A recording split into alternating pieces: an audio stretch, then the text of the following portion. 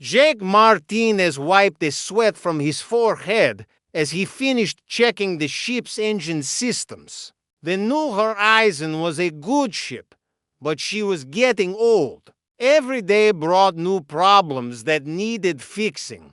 Jake did not mind the work. He had been an engineer for 15 years, first in the military and now on exploration ships like this one. Captain Roy Henderson walked into the engine room. He looked worried about something. Jake had known the captain for 3 years, and he could always tell when something was bothering him. "Jake, we need to talk," the captain said. "Lisa wants to see you too. Come to the bridge." Jake followed the captain through the narrow hallways of the ship. The New Horizon was not a big vessel. It carried only 12 crew members on missions to explore new star systems. They were currently 3 months away from Earth, studying planets that might be good for human colonies. On the bridge, Lisa Carter was staring at her computer screen. She was the ship's expert on alien life forms. Jake had never seen her look so serious before. She usually smiled and made jokes, but today her face was pale. "What's going on?" Jake asked. Captain Henderson pointed to the main screen. "We got a message 20 minutes ago. It came from somewhere in this system, but our sensors show no ships or stations nearby." The screen showed symbols that Jake had never seen before. They looked like a mix of sharp lines and curved shapes. Below the alien writing was text in perfect English. Lisa read the message out loud. "Greetings, humans of the vessel New Horizon. You have been selected to participate in the trials of supremacy. This is not a request. This is a command. Prepare one representative for transport in 6 hours. That's it." Jake asked. "No explanation of what these trials are." "There's more," Lisa said. She scrolled down to show more text. "The trials of supremacy happen every 100 years. Every intelligent species in this part of the galaxy must send a fighter. Those who refuse are destroyed completely." Jake felt his stomach drop. "Destroyed? They're threatening to kill us?" Captain Henderson nodded. "It gets worse. The message says the trials test which species deserves to survive and grow stronger. The losers face punishment for their entire race. This has to be some kind of joke," Jake said. But even as he spoke, he knew it was not. The alien symbols on the screen looked too complex to be fake. The message had appeared on their systems without any warning from their sensors. Whatever sent it had technology far beyond human understanding. Lisa turned her chair to face them. "I've been studying the message for 20 minutes. The language pattern suggests this comes from a highly advanced civilization. The translation into English is perfect, which means they know a lot about us already. Can we run?" Jake asked. "I tried," Captain Henderson said. "The engines won't start. Neither will the weapon systems. Whatever sent this message has complete control over our ship." As if the aliens had heard him, the lights on the bridge suddenly dimmed. A new voice filled the room. It spoke English with a strange accent that made every word sound sharp and cold. "Humans of the New Horizon, I am Commander Vexstar of the Zenthari Confederation. You will not attempt to flee. Your primitive technology cannot escape our control." Jake looked around the bridge, but he could not see where the voice was coming from. It seemed to come from the air itself. "You have 6 hours to choose your representative." The voice continued. This person will fight for the survival of your species. Choose wisely. For failure means the end of all human life in this galaxy. Wait. Captain Henderson called out. We need more information. What kind of fighting? What are the rules? Your questions will be answered when your representative arrives at the tournament station. You have 5 hours and 58 minutes remaining. The voice stopped, and the normal lights came back on. The three humans stood in silence for a long moment. We have to pick someone, Lisa finally said. If we don't, they'll kill everyone on Earth. Jake sat down hard in the nearest chair. This was not how he had expected his day to go. This morning, his biggest worry had been fixing a broken air recycler. Now he was thinking about the survival of the human race. Who do we choose? Captain Henderson asked. We're explorers, not fighters. The closest thing we have to a soldier is Martinez here, and he's been out of the military for 8 years. I was never infantry, Jake said. I fixed equipment and built things. I never fought anyone. Lisa was typing on her computer again. I'm looking up everything I can find about galactic civilizations and tournament fighting. Maybe there are clues about what we're facing. Find anything useful? The captain asked. Not much. There are old stories from other exploration ships about meeting advanced aliens, but nothing like this. Most first contact situations involve trade or scientific exchange, not forced combat. Jake stood up and walked to the window that looked out into space. The stars looked the same as always, but now they seemed threatening. Somewhere out there was a civilization so powerful that it could disable human ships without even being seen. I'll do it, he said quietly. What? Lisa asked. Jake turned back to face them. I'll be the representative. I'm the only one on this ship with any military training. Even if it was just engineering, Jake, you could die, Captain Henderson said. This could be a fight to the death against aliens who are built for combat. Then I'll figure out how to survive, Jake replied. That's what engineers do. We solve problems. Lisa shook her head. This isn't a broken engine or a damaged hull. This is fighting creatures we know nothing about. Every problem has a solution. Jake said, I just have to find it. He looked at his friends and crewmates. They were good people who had signed up to explore space and discover new worlds. None of them deserved to die because some alien tournament demanded a human fighter. Besides, Jake added, if I don't go, they'll kill everyone, at least this way. Humanity has a chance. The next 5 hours passed quickly. Jake packed a small bag with basic supplies, though he had no idea if he would be allowed to keep anything. Lisa researched everything she could find about alien biology and combat techniques. Captain Henderson tried repeatedly to contact Earth, but their communications were still blocked. As the deadline approached, Jake stood on the bridge with his bag in his hand. He was scared, but he tried not to show it. The other crew members had gathered to see him off. They looked worried and sad. Remember, Lisa said, humans are good at adapting.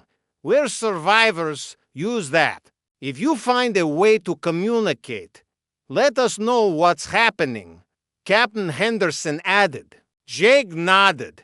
Take care of each other. If I don't make it back, get word to Earth about what happened here. Suddenly, the air in front of Jake began to shimmer. A circle of bright light appeared, growing larger until it was big enough for a person to step through. Jake could see another room on the other side, with metal walls that gleamed under strange purple lights.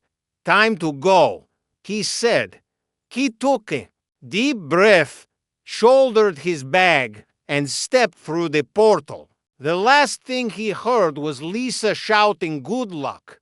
Then the portal closed behind him, and Jake Martinez found himself alone in an alien place, about to fight for the survival of every human being who had ever lived. Jake found himself standing in a room made of smooth metal that reflected his face like a mirror.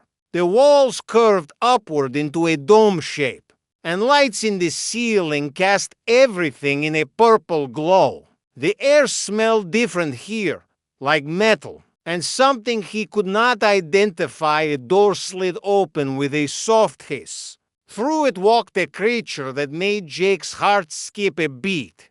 It was tall, maybe 7 feet, with pale blue skin that seemed to glow slightly. Its head was longer than a human's, with large black eyes that had no visible pupils. When it spoke, its voice was the same one Jake had heard on the ship. "I am Commander Vexstar," the alien said. "Welcome to Tournament Station Alpha. You are the human representative." "That's right," Jake said, trying to keep his voice steady. "I'm Jake Martinez." The commander looked Jake up and down, and its expression seemed disappointed. "You are smaller than I expected. Your species must be very confident to send such a modest warrior." Jake almost laughed despite his fear. Modest was not a word anyone had used to describe him before, but compared to this alien, he probably did look small. "Follow me," Commander Vexstar said. "You must see the other contestants and learn the rules." They walked through hallways that were too tall and too wide for humans. Jake felt like a child walking through a building made for giants. Other doorways led to rooms where he caught glimpses of more aliens. Some looked like Commander Vexstar, but others were completely different. "How many species are competing?" Jake asked. 47 this cycle. The commander replied. "Your species is the newest to be discovered and invited. Most have been participating for thousands of years." They came to a massive room with a ceiling so high that Jake could barely see it. The floor was made of the same reflective metal, and along the walls were dozens of viewing screens showing different environments. In the center of the room stood creatures that Jake's mind could barely process. Near the entrance was something that looked like a cross between a human and a lizard, but it was twice Jake's size. Its skin was covered in thick, dark green scales that looked harder than armor. Sharp claws extended from its hands, and when it turned to look at Jake, he saw rows of pointed teeth in its mouth. "That is Krellinox of the Thrakari Empire," Commander Vexstar said. "His species has won the tournament for the last 3 centuries. Krellinox stared at Jake for a moment, then made a sound that might have been laughter. "This is what the humans send." A soft little creature with no claws, no fangs, no armor. The creature's voice was deep and rough, like rocks grinding together. On the other side of the room stood something that looked almost human, except its skin was perfectly white and seemed to glow with its own light. It was tall and thin, with long silver hair that moved as if it was underwater when it raised its hand. Small bolts of electricity danced between its fingers, Zephyrin of the Ethereal Collective. The commander explained. Her people can generate energy attacks through biological processes. Zephyrin looked at Jake with what might have been curiosity. Interesting. This one has no visible natural weapons. How does your species fight? Small human. We use tools, Jake said simply. Both aliens made sounds that Jake thought might be laughter, but not the friendly kind. Commander Vexstar led Jake around the room, introducing him to more contestants. There was a creature that looked like a walking tree with bark for skin and branches for arms. Another looked like a giant spider made of living rock. One alien was so strange that Jake's eyes hurt trying to focus on it. Each species sends their finest warrior, the commander explained. Only the strongest, fastest, and most deadly qualified to compete. Jake felt his confidence dropping with each introduction.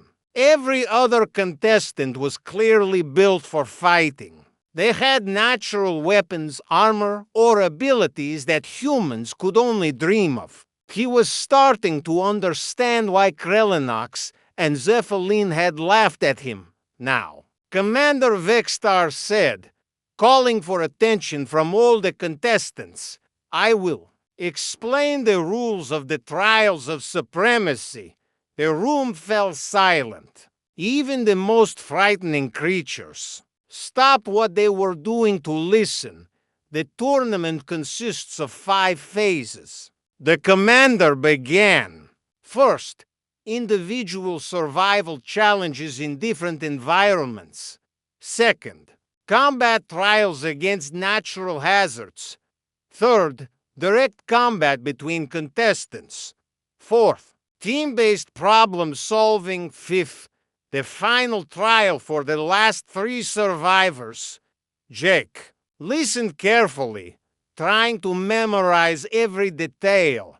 The most important rule, Commander Vexstar continued, is this: no manufactured weapons, no energy devices, no technological enhancements of any kind are permitted.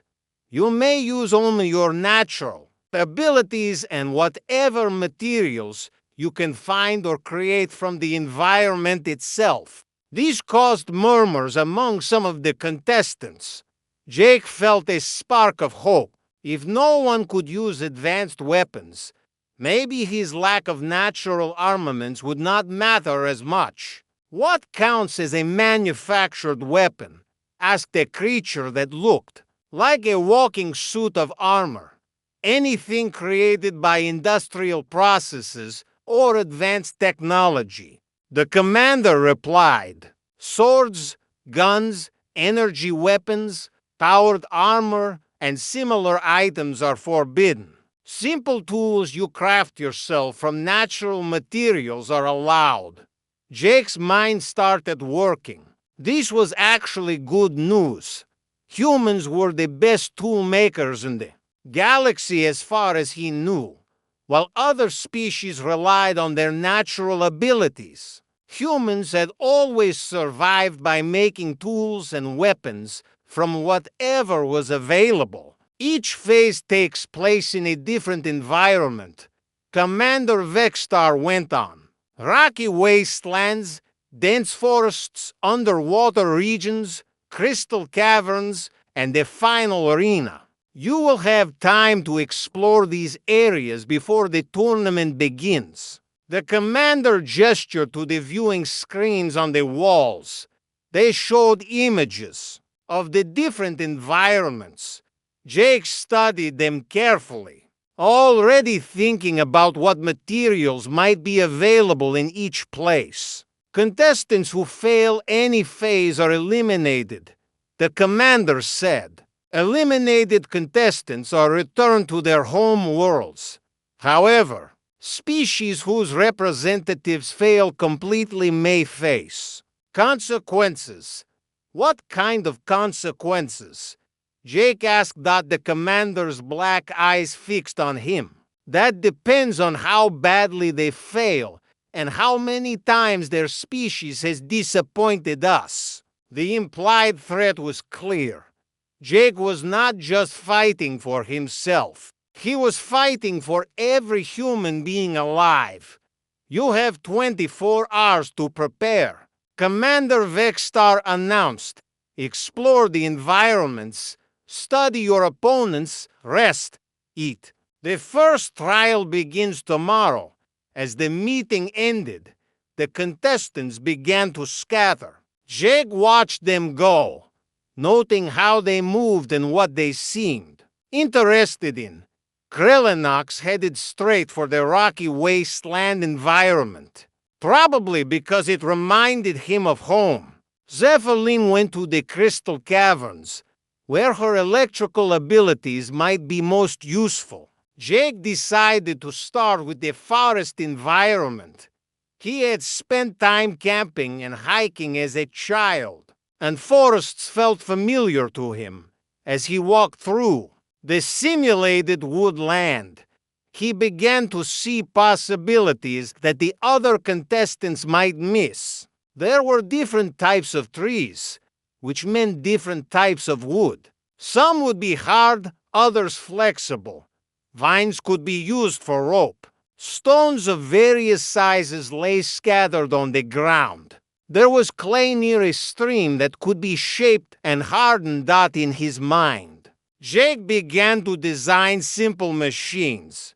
A sling for throwing stones accurately, a lever system for moving heavy objects, a basic catapult for long-range attacks. None of these would work against the natural weapons of his opponents in direct combat, but they might give him advantages in other situations.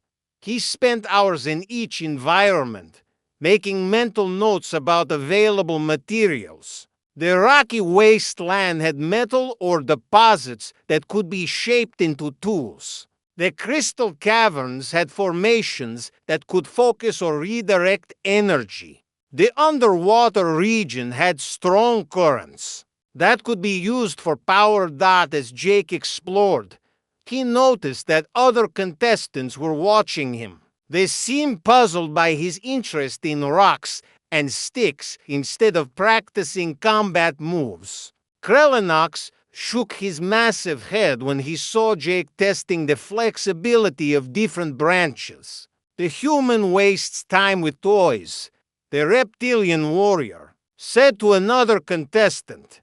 He will be eliminated in the first trial. But Jake ignored the comments. He was doing what humans did best, adapting to their environment and figuring out how to use it to their advantage. While the other contestants relied on the natural weapons they were born with, Jake was building an arsenal of possibilities in his mind that by the end of the day, Jake had a plan. It was not a plan for victory, because he was realistic about his chances, but it was a plan for survival, and maybe for surprising a few people along the way. He found his assigned quarters, a small room with a bed that was too big for him and lights that were too bright. As he lay down to rest, Jake thought about his friends on the new horizon. He hoped they were safe. Tomorrow, he would find out if a human engineer could compete against the galaxy's finest warriors. The answer, Jake was determined, would be yes. The first trial began at dawn. Though Jake had to guess about the time since Tournament Station Alpha had no real sun, Commander Vexstar gathered all 47 contestants in the main chamber and explained the challenge. The survival trial tests your ability to navigate dangerous environments and reach the exit point. The commander announced, "You will face each environment separately. Failure in any environment means elimination from the tournament." Jake felt his heart beating faster as he lined up with the other contestants. Around him, creatures that looked like they could tear apart a tank with their bare hands were stretching and preparing for battle. He tried not to think about how small and weak he looked compared to them. First environment, the rocky wasteland. Commander Vexstar said, "You have 2 hours to reach the exit. The path is not marked. Dangers include unstable terrain, falling rocks, and predatory stone creatures that hunt by vibration." The entrance to the rocky wasteland opened with a grinding sound like massive gears turning. Jake could see a landscape of gray stone formations, deep crevices, and towering rock pillars that reached up into artificial fog. The other contestants began pushing forward, eager to start. "Go," the commander said. Krelinox charged ahead immediately, his massive claws scraping against the stone as he climbed directly up the nearest rock face. Other contestants followed similar approaches, using their natural strength and abilities to attack the terrain directly. Jake took a different path. Instead of rushing forward, he spent the first 10 minutes studying the landscape. He noticed that the rock formations had patterns. Some stones were darker than others, which usually meant they contained different minerals. Some areas had piles of loose gravel while others had solid surfaces. He also listened carefully. The commander had mentioned that the stone creatures hunted by vibration. That meant making too much noise would attract danger. Most of the other contestants were crashing through the environment like bulldozers, making noise that echoed off the canyon walls. Jake picked up a handful of small stones and started moving forward, quietly when he needed to cross areas with loose gravel. He threw stones ahead of himself to test for unstable ground. When he found solid paths, he moved quickly but carefully. 20 minutes into the trial, Jake heard a roar from somewhere ahead. It was followed by the sound of fighting, and then silence. One of the contestants had apparently met a stone creature and lost. Jake came to his first major obstacle, a gap between 2 rock formations. That was too wide to jump across. Above the gap, massive stone slabs hung at dangerous angles, held in place by what looked like very unstable supports. Other contestants had tried to jump the gap or climb around it. Jake could see claw marks on the rocks where some had tried and failed. Instead of following their approach, Jake looked for a different solution. He found loose rocks of different sizes and began building. First, he created a simple lever system, using a long, thin stone as a bar and a smaller rock as a fulcrum. He positioned the lever so that when he pushed down on one end, the other end would lift a much heavier stone. Using this system, Jake was able to move rocks that weighed far more than he could lift normally. He built a bridge across the gap, not by jumping or climbing, but by engineering a solution. As he worked, Jake noticed something interesting. The unstable stone slabs above the gap were held in place by small support stones. If those supports were removed carefully, the slabs would fall and block the path for anyone trying to follow. Jake finished his bridge and crossed safely. Then he used his lever system to knock out the support stones. The massive slabs crashed down behind him, sealing off this route for any other contestants. Now they would have to find longer, more dangerous paths around the obstacle. The rest of the rocky wasteland trial continued the same way, where other contestants used brute force. Jake used physics and engineering. He built ramps to climb steep surfaces instead of trying to scale them with claws he did not have. He created simple machines to move obstacles instead of trying to smash through them. When he encountered his first stone creature, Jake was ready. The thing looked like a pile of rocks shaped into the form of a giant spider. It moved by rolling its body segments, and Jake could feel the vibrations it made as it hunted. Instead of fighting the creature directly, Jake used its hunting method against it. He threw stones to create vibrations in a different direction, leading the creature away from his position, while it investigated the false signals. Jake slipped past undetected. Jake reached the exit of the rocky wasteland with 40 minutes to spare. He was not the first to finish, but he was among the early arrivals. As he waited for the other contestants, he watched them emerge from the wasteland. Many were injured. Several were covered in rock dust from battles with the stone creatures. A few never emerged at all. Commander Vexstar announced that 39 contestants remained. 8 had been eliminated in the first environment. Impressive efficiency. Zephyline said as she arrived at the exit. Her glowing skin was dimmed and she looked tired. I observed your bridge construction from a distance. Crude but effective.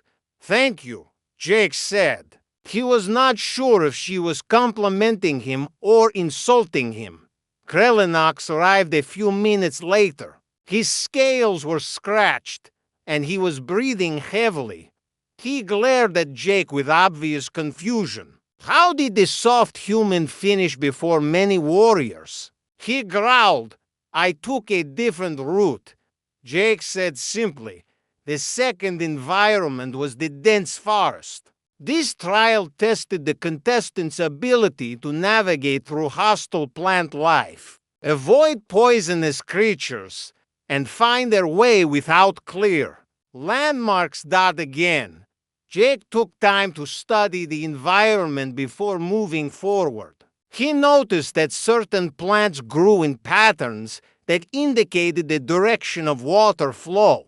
Following these patterns would lead to streams, and streams usually led to lower ground where exit points would likely be located. The forest was full of dangers.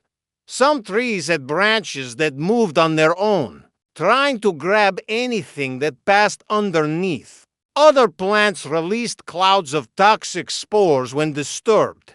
Creatures that looked like walking flowers stalked through the undergrowth, hunting with long, poisonous tendrils. Jake avoided most of these dangers by paying attention to details that the other contestants missed. He noticed that the aggressive trees only grabbed things that moved quickly underneath them. By moving slowly and stopping frequently, he could pass under them safely. He also discovered that many of the dangerous plants reacted to specific smells or sounds. By observing which areas other contestants avoided and why, Jake figured out safe paths through the forest. The most clever part of Jake's forest strategy involved the plant creatures. Instead of fighting them or running from them, he used them as tools. When he encountered other contestants, Jake would sometimes lead the plant creatures toward them, using the distraction to get ahead while they dealt with the danger. This was not cruelty. Jake told himself this was strategy. Every contestant was trying to eliminate the others anyway. Jake was just using his brain instead of claws or energy blasts. He finished the forest trial in second place, right behind a creature that looked like it was part plant itself and probably felt at home in that environment. More contestants had been eliminated. bringing the total down to 34. The third environment was the underwater region. This was where Jake expected to have the most trouble. Humans were decent swimmers, but they could not breathe underwater and were not built for aquatic combat. The underwater trial required contestants to dive to the bottom of a deep pool, navigate through underwater caves, and surface at the far end. The water was filled with aggressive fish-like creatures and strong currents that could slam swimmers into the rocky cave walls. Jake studied the water from the surface and noticed something important. The currents moved in predictable patterns, creating areas of calm water and areas of fast flow. By timing his movements carefully, he could use the currents to help him instead of fighting against them. He also observed that the aggressive fish attacked anything that moved erratically or struggled in the water. Smooth, steady movements seemed to attract less attention. Jake had one major advantage in this environment: human lung capacity. While he could not breathe underwater, humans were better at holding their breath than many land-based species. Some of the other contestants were clearly struggling with the diving requirement. He crafted a simple tool before entering the water, a hollow reed, that he could use as a breathing tube in shallow areas. This allowed him to rest and recover between the deeper diving sections. Jake's approach to the underwater caves was methodical. He memorized the layout during shallow reconnaissance dives, then planned his deep route carefully, while other contestants fought the currents and the fish. Jake worked with the environment. When aggressive fish approached, Jake used the cave walls to his advantage. He would position himself so that the current would carry attacking fish past him, or he would duck into areas where the fish could not follow due to their size. The most dangerous part of the trial was a section where the cave ceiling was very low and the current was very strong. Several contestants had already been knocked unconscious trying to fight their way through. Jake solved this problem by not fighting at all. He found a large rock in the cave and wedged himself behind. The fourth trial changed everything. Instead of survival challenges, this phase involved direct combat between contestants. Jake knew that this was where his luck would probably run out. He had managed to avoid direct confrontation so far, but now there was no way around it. Commander Vexstar explained the rules to the remaining 28 contestants. You will fight in pairs in different arena environments. Winners advance to the next round. Losers are eliminated. Combat continues until one contestant surrenders, becomes unconscious, or dies. Jake felt his mouth go dry. The alien had said die so casually, like it was just another possible outcome. Around him, the other contestants looked eager for battle. Krellenox roared in anger as the massive tree crashed down around him. The branches formed a natural cage that his large body could not escape from easily. But Jake was not done yet. While Krellenox struggled to break free from the fallen tree, Jake implemented the second part of his plan. He had noticed that certain areas of the forest floor were softer than others, indicating underground water or loose soil, using a long branch as a lever and several rocks as fulcrums. Jake began to destabilize the ground under Krellenox's position. The combination of the warrior's struggles and Jake's groundwork caused the area to collapse into a shallow pit. Krellenox was now trapped both by the fallen tree and by the terrain itself. But Krellenox was far from defeated. With a roar that shook the entire arena, the massive warrior began tearing apart the tree branches with his claws. Wood splintered and flew in all directions as he slowly fought his way free.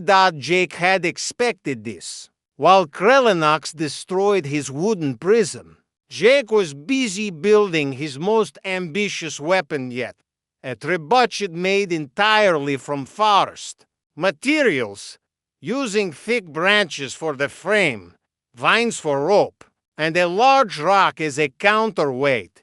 Jake constructed a siege engine that could throw stones with devastating force. The key was in the physics. By using a counterweight system instead of trying to throw rocks with his own strength, Jake could generate far more power than his human muscles could ever produce. As Krellenox finally broke free from the fallen tree, Jake's trebuchet was ready. The first stone, carefully selected for its size and density, flew through the air and struck the warrior in the chest. Even Krellenox's thick scales could not completely absorb the impact. The second stone hit Krellenox in the shoulder, spinning him around. The third struck his knee, causing him to stumble. Jake had studied the warrior's movements during previous fights and had identified the joints and pressure points that would be most effective to target. Krellenox tried to charge at Jake's position, but the human had built his trebuchet on a platform that could be quickly moved. Using a system of rolling logs, Jake repositioned his weapon and continued his bombardment. "Fight me like a warrior," Krellenox roared. "Stop hiding behind your machines. This is how humans fight," Jake called back as he loaded another stone. "We use our brains." The battle continued for 20 minutes, with Krellenox trying to reach Jake's position while the human continued his calculated assault. Finally, a stone struck the warrior in the head, and Krellenox collapsed unconscious. The arena fell silent. Jake had defeated the tournament's 3-time champion using nothing but rocks, sticks, and engineering principles. Commander Vexstar voice echoed through the arena. "Victor, Jake Martinez of Earth." As Jake walked out of the combat arena, he could see the expressions on the faces of the remaining contestants: fear, confusion, and respect mixed together in their alien features. The small human with no natural weapons had just proven that intelligence could triumph over brute force. But Jake knew the hardest challenges were still ahead. Only 8 contestants remained, and the final trials would test not just individual combat skills, but also strategic thinking and problem-solving abilities. Zephyline approached him as he left the arena. Her glowing skin was dimmer than usual, and she looked at Jake with new understanding. "I begin to see why your species was invited to these trials," she said. "You do not fight. You engineer victory. Every problem has a solution," Jake replied. "You just have to find the right approach." "And what is your approach to defeating me?" Zephyline asked with what might have been a smile. Jake looked at the elegant alien who could generate energy attacks with her body. "I guess we'll find out when the time comes." As the remaining contestants prepared for the next phase of trials, Jake began planning his most complex strategies yet. The tournament organizers had clearly expected the competition to be decided by natural combat, abilities, and physical strength. But Jake was proving that human ingenuity could compete with any natural advantage. The galaxy was about to learn that when humans were backed into a corner with no weapons allowed, They did not give up. They picked up rocks and got creative, and sometimes that was enough to change everything. Was flexing his claws and grinning with all his sharp teeth showing. Combat arenas will be randomly selected from the 4 environments you have already experienced. The commander continued. You may use any materials found in the arena to create weapons or tools, but no manufactured items are permitted. This was Jake's only hope. If he could not match his opponents in natural weapons, he would have to make artificial ones that were better. The first combat matches began immediately. Jake watched from a viewing area as contestants fought in brutal battles that left several participants severely injured. The combat was savage and direct. Most fights ended within minutes when one contestant overwhelmed the other with superior strength or natural abilities. Jake's first opponent was announced. Dekmar, a creature that looked like a walking suit of armor made from bone plates. It had 4 arms ending in sharp spikes and moved with surprising speed despite its heavy appearance. Their arena was the rocky wasteland.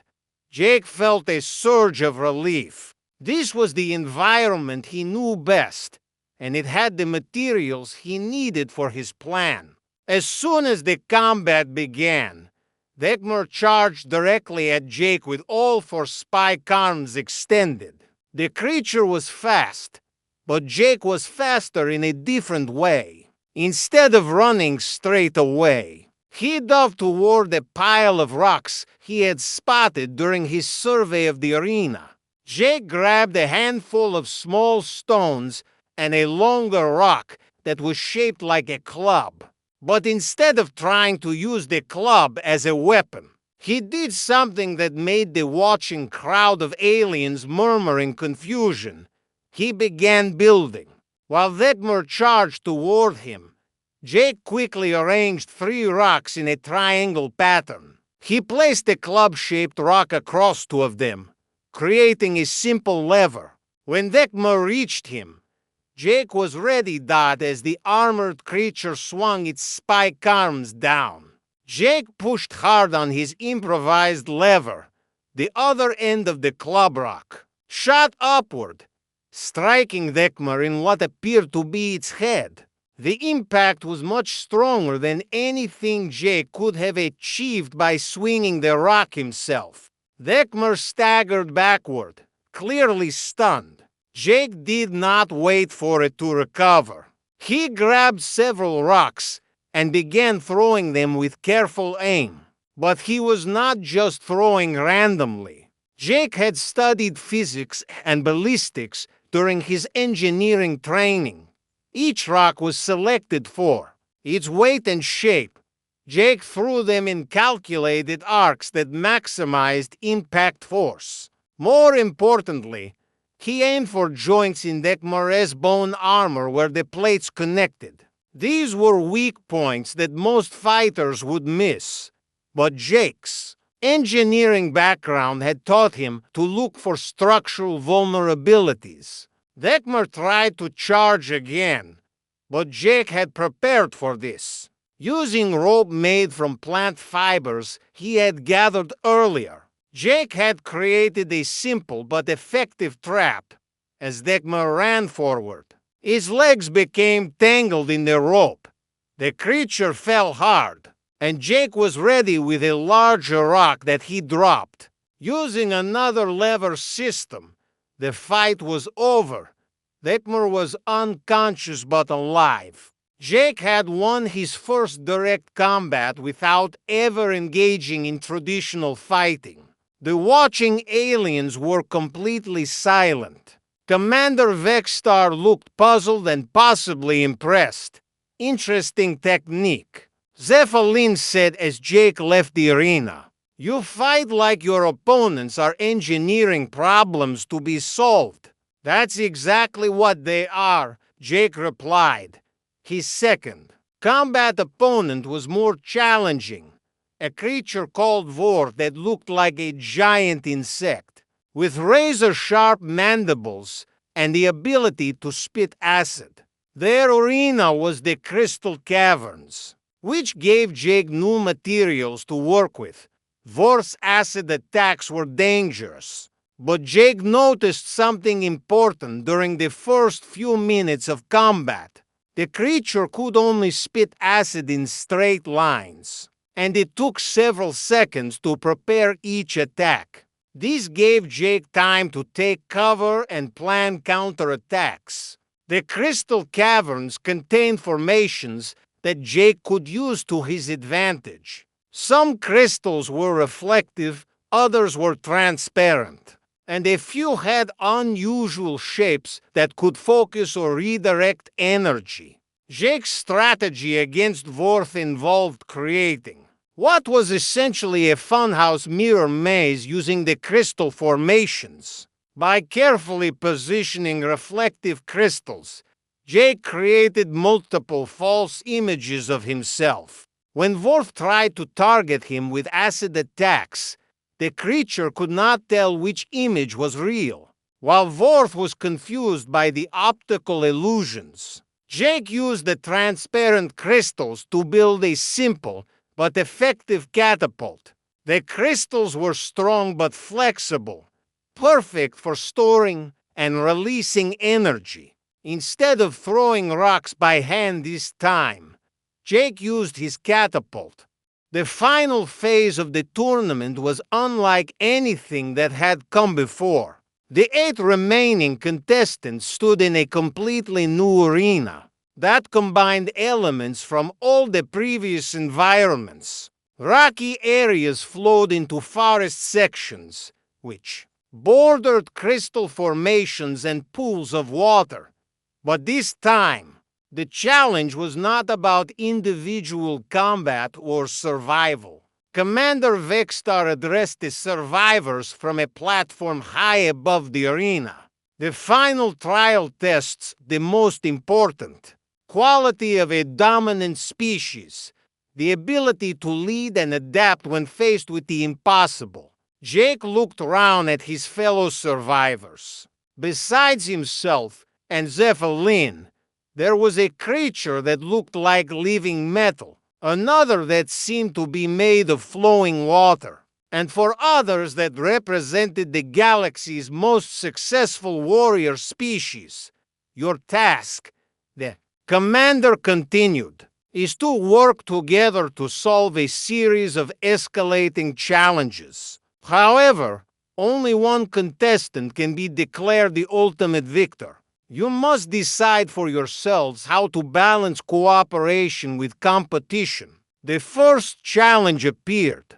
As soon as the commander finished speaking, a section of the arena floor began to collapse, revealing a deep pit with steep walls. At the bottom of the pit was a glowing orb that pulsed with energy. The first test: retrieve the energy source from the pit and activate the power station on the far side of the arena. You have 1 hour. Jake studied the pit carefully. It was too deep for anyone to climb out once they went down, and the walls were too smooth for even creatures with claws to grip. The obvious solution would be for someone to sacrifice themselves by going down to get the orb, while the others continued without them. But Jake had learned to look for non-obvious solutions. Wait, he called to the other contestants who were already discussing who should make this sacrifice. There might be another way. Jake pointed to the crystal formations near the pit. Those crystals can focus energy. And look at the forest section over there. Those vines are strong enough to support weight. Working quickly, Jake began to explain his plan.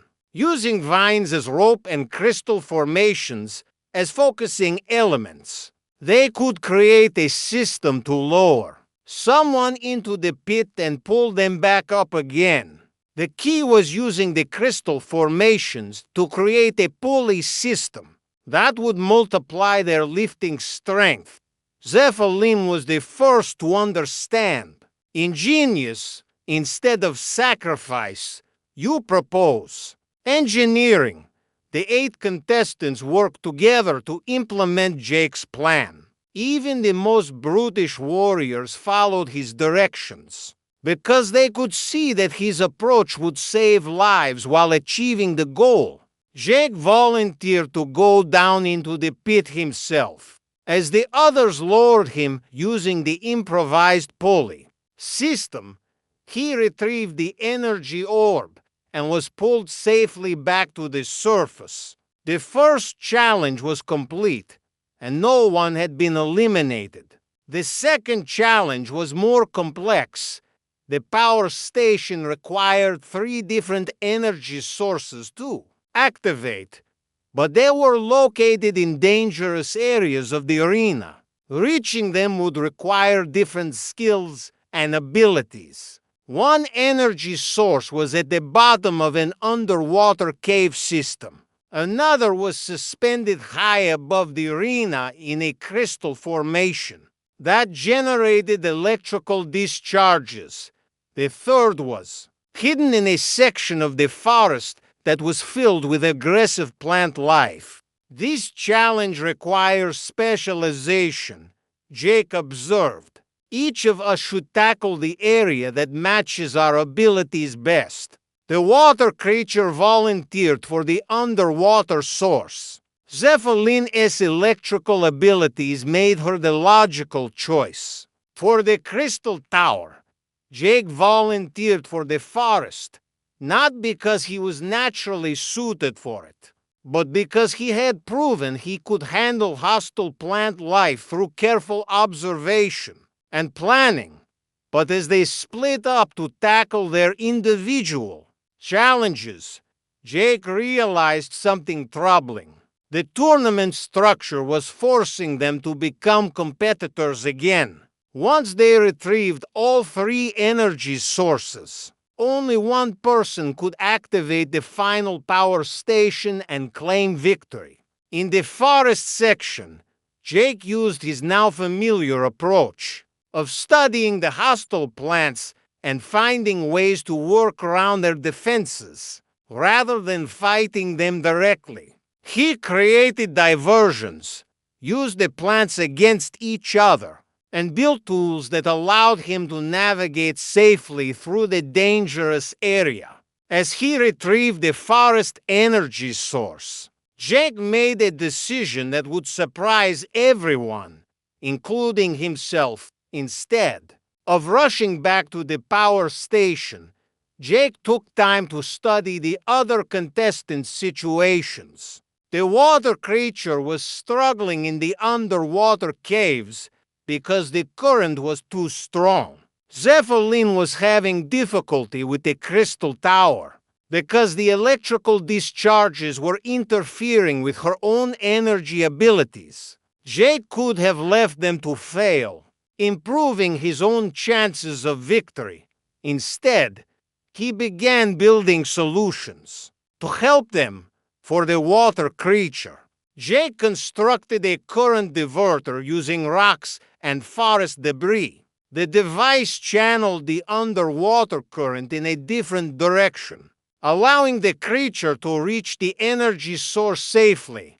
For Zephyrin, Jake built a conductor array using metallic crystal formations. The array absorbed and redirected the tower's electrical discharges, giving her a safe path to the energy source. Both contestants succeeded in their missions, and all 3 energy sources were retrieved. But now came the moment of truth.